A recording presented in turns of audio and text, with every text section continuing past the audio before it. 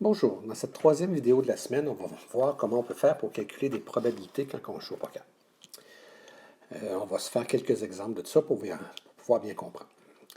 Alors, premier problème, je dis, quelles sont mes chances d'obtenir une suite, donc 5 cartes qui se suivent, si j'ai 4 cartes et qu'il en manque une au milieu et qu'il reste une carte à tirer.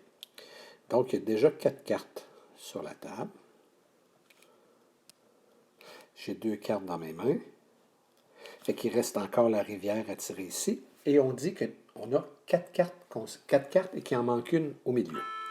Donc, par exemple, il pourrait avoir un 5, un 6, je pourrais avoir un 8, un 9 dans mes mains. Et ici, il nous reste 2 cartes, mais pas de 7, parce que sinon, j'aurais déjà ma suite. Peu importe les cartes, ça pourrait être un as et un roi. Donc, il reste une carte à tirer. J'ai 5, 6, 8 et 9. Il me manque donc absolument un 7. C'est quoi mes probabilités de gagner si on considère qu'on gagne seulement si on a notre suite? Donc, je dois obtenir un 7. Des 7 dans le paquet, il m'en reste 4, puisque j'en vois aucun. Et combien de cartes il reste dans le paquet? Je connais 6 cartes. Il y a 52 cartes dans le jeu, donc 52 moins 6, 46. J'ai 4 chances sur 46 d'obtenir mon 7 sur la prochaine carte. Certains vont dire, oui, mais il y a des joueurs avec toi qui ont déjà des cartes dans les mains, il ne reste plus 46 cartes dans le paquet.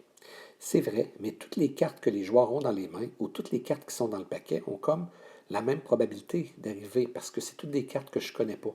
Fait que je ne peux pas enlever du total les cartes des autres joueurs, parce qu'il faudrait que j'enlève les 7 que les autres joueurs ont dans les mains, et je ne le sais pas. Donc, toutes les cartes inconnues, qui soient dans les mains d'un autre joueur ou dans le paquet, ça ne change rien. J'aurai donc 4 chances sur 46 d'obtenir ce que je veux à ma prochaine carte. Je prends un deuxième exemple. Cette fois-ci, je veux avoir les chances d'avoir ma couleur s'il m'en manque une et qu'il reste 2 cartes à tirer. Donc, s'il reste 2 cartes à tirer, c'est qu'il y en a seulement 3 sur le jeu et 2 dans mes mains. Et je dis qu'il me manque une. Alors, mettons que j'ai 2 cartes de cœur dans mes mains, puis qu'il y en a 2 sur la table, puis que l'autre, ça serait une carte de pique. Fait que là, j'ai 2 cartes encore à tirer. Fait qu'on va commencer par regarder c'est quoi notre probabilité de gagner sur la prochaine carte. Alors, pour que je puisse gagner sur le tournant, sur la prochaine carte, ça me prendrait une carte de cœur. Combien est-ce qu'il reste de cartes de cœur dans le paquet? Bien, j'en connais 4. Il y en a 13 dans le paquet. Donc, il reste 9 cartes de cœur.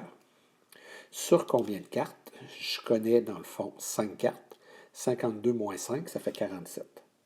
J'ai 9 chances sur 47 de gagner sur le tournant. Si je gagne, peu importe la rivière, ça n'a plus aucune importance. Par contre, si je ne gagne pas, donc c'est un peu comme si on faisait un arbre, 9 chances sur 47 de gagner immédiatement. Si je ne gagne pas, comme j'avais 9 chances sur 47 de gagner, il me reste 38 chances sur 47. Ça, c'est celle que j'ai perdue sur le tournant. Donc, si j'ai perdu, c'était, mettons, qu'il y avait une carte de carreau. Et maintenant, sur la rivière, qu'est-ce que j'ai comme probabilité? Il me reste encore 9 cartes de cœur, donc 9 cas favorables. Mais là, il me reste 46 cas possibles, parce que là, j'ai 6 cartes que je connais maintenant. Donc, pour gagner sur la rivière, je dois avoir perdu sur le tournant, 38 sur 47, et, donc multiplication, gagner sur la rivière, 9 sur 46. Donc, si je calcule, 38 fois 9, ça me donne 342. Et 47 fois 46, ça me donne 2162. Fait que ma probabilité de gagner, je peux gagner directement sur le tournant 9 sur 47 ou sur la rivière 342 sur 21,62. Fait que quand c'est complexe comme ça, on peut bien le donner en décimale. 342 divisé par 21,62 plus 9 divisé par 47, ça me donne 34,96. Donc, on va dire 35% des chances de gagner. On vient de faire 2 exemples et on comprend bien qu'à la table de poker, je ne peux pas faire ces calculs-là. Je n'ai pas de calculatrice, je ne suis pas dans une situation. Donc, ce qu'on vient de voir dans ces 2 exemples-là, c'est vraiment la bonne façon de calculer les probabilités. Et c'est celle que je vais vouloir avoir à l'examen. Mais je vous montre quand même qu'est-ce qu'on fait quand on est à la table de poker et qu'on est un joueur. Si je regarde le premier exemple ici, on va commencer par calculer ce qu'on appelle nos outs. Les outs, c'est quoi? C'est les cartes qui me font gagner. Donc ici, j'ai comme 7 outs. Je vous dis, ça me prend un 7, j'ai donc 4 outs. J'ai 4 chances de gagner.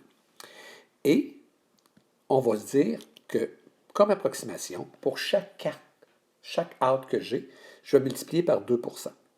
Donc, ici, si j'étais à la table de poker, je me dirais j'ai 4 outs à 2% chacun. J'aurais 8% des chances de gagner. C'est une approximation. Si on calcule 4 divisé par 46, ça me donne 8,7%. Donc, on voit que j'étais quand même avec mon approximation très proche de la réalité. Prenons notre deuxième exemple. Ici, dans le deuxième exemple, j'ai 9 cartes de cœur qui peuvent me faire gagner. Fait que j'ai 9 out. Mais comme il reste 2 cartes à tirer, ben c'est comme 2% pour chacun. Ça veut dire que c'est 4%. 9 fois 4, ça me ferait 36%. Mon approximation aurait été à 36% et la vérité est à 35%. Fait que les calculs que j'ai mis en rouge, c'est ceux qu'on fait normalement à la table. Les vrais calculs mathématiques, ceux qu'on va avoir besoin d'examen, c'est ceux qui ont été faits en noir. Je prends un troisième exemple. On dit mes chances d'avoir un brelan, donc d'avoir un trip, si j'ai déjà 2 cartes pareilles et qu'il reste 2 cartes à tirer. Bon, donc mes chances d'avoir un trip, si j'ai 2 cartes pareilles et qu'il me reste encore 2 cartes à tirer.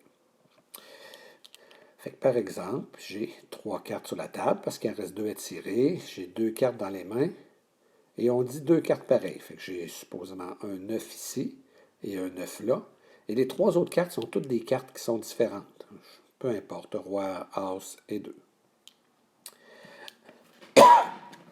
Bon, mais si je calcule ma probabilité, dans le fond, d'avoir un triple, je pourrais l'avoir sur la prochaine carte.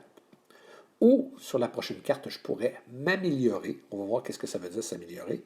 Et sur la troisième ou bien avoir rien de bon sur la prochaine carte. Donc, je vais faire encore un arbre, mais comme avec 3 branches. Ma première branche, c'est de l'avoir tout de suite. Si je veux avoir mon triple tout de suite, ça veut dire que ici, sur le tournant, je devrais avoir un 9. C'est quoi ma probabilité d'avoir un 9? Bien, comme j'en ai déjà 2, il me reste 2 cas favorables pour avoir un 9. Et combien de cas possibles? Mais 52 cartes moins les 5 que je connais. J'ai 2 chances sur 47 d'avoir immédiatement mon brelan. Et j'ai gagné à ce moment-là. La branche du milieu, c'est la branche où on pourrait s'améliorer. Ça veut dire quoi s'améliorer? Ça veut dire augmenter nos chances que sur la rivière, on ait un brelan. Ici, pour s'améliorer, il faudrait dans le fond qu'on crée une deuxième paire, donc une deuxième façon de risquer d'avoir un brelan. Cette deuxième paire, elle peut être comment? Elle peut être là si j'ai un as, si j'ai un roi ou si j'ai un 2. J'ai donc 3 cartes différentes et pour chacune des 3 cartes, il en reste 3 dans le paquet. Il reste 3 as dans le paquet, il reste 3 rois dans le paquet, il reste 3 2 dans le paquet. J'ai donc 9 cas favorables de m'améliorer sur les 47 cartes qui restent. Donc, on se rappelle, ces cartes-là, c'est d'obtenir une deuxième paire. Si j'ai une deuxième paire, supposons que c'est un as, pour avoir mon brelan, pour en avoir 3 pareils sur la rivière, dans le fond, j'ai besoin d'avoir un as ou un 9. Il reste 2 9 dans le paquet, il reste 2 as dans le paquet. Il me resterait à ce moment-là 4 chances sur 46 d'obtenir 3 cartes pareilles. Donc, 36 chances sur 47 fois 46. Troisième possibilité, la carte qui sort sur le tournant, c'est une carte qui ne change rien. Je tourne par exemple un 7. À ce moment-là, comme j'avais 11 chances ou de gagner, 2 chances de gagner, 9 chances de m'améliorer, donc 11 chances que ça m'apporte quelque chose, il me reste 36 chances sur 47 d'obtenir une carte qui donne absolument rien. 36 chances sur 47, et à ce moment-là, sur la rivière, qu'est-ce qui peut me donner mon brelan? C'est simplement un 9. Fait qu'il me reste 2 chances sur 46 de l'avoir. Donc, 72 chances sur 47 fois 46. Fait que d'avoir mon brelan, c'est la somme de ces 3 choses-là. 2 sur 47 plus 36 sur 47 fois 46 plus 72 sur 47 fois 46. Et que si je fais la somme des trois choses ici, ça me donne 9,25 %.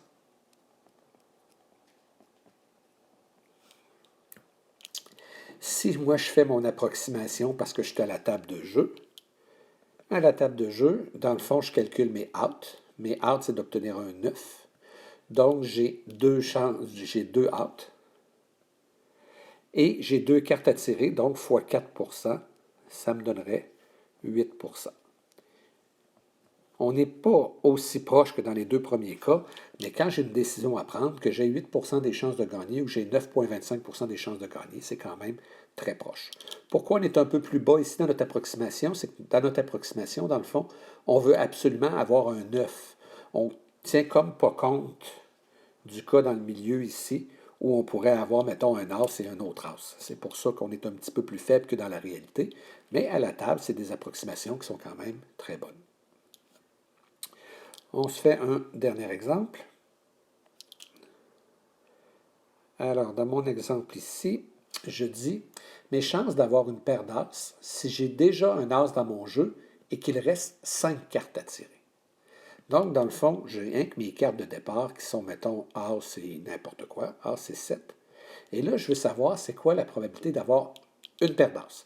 C'est sûr que si j'ai 3 as ou si j'ai 4 as, je vais être content pareil, mais je vais avoir au moins une paire d'as. Donc, quand arrive, il y a 5 cartes, même si le flop, on les sort, les 3 premières en même temps, ça n'a pas d'importance qu'ils soient en même temps, qu'ils soient une après l'autre. Fait que si je regarde sur la première des cartes ici, il reste 3 cas favorables sur les 50 cas possibles. Fait que j'ai 3 chances sur 50 d'avoir mon as directement. Pour le deuxième, je vais me trouver à avoir 3 chances sur 49. Mais avant, il a fallu que je n'aie pas d'as au premier, parce que si j'avais un as au premier, je pouvais arrêter mes calculs là. J'avais donc 47 chances sur 50 d'avoir un as là, de ne pas avoir un as au premier, puis après ça, 3 chances sur 49 d'avoir un as au deuxième. Et je continuerai de cette façon-là pour chacune des 5 cartes.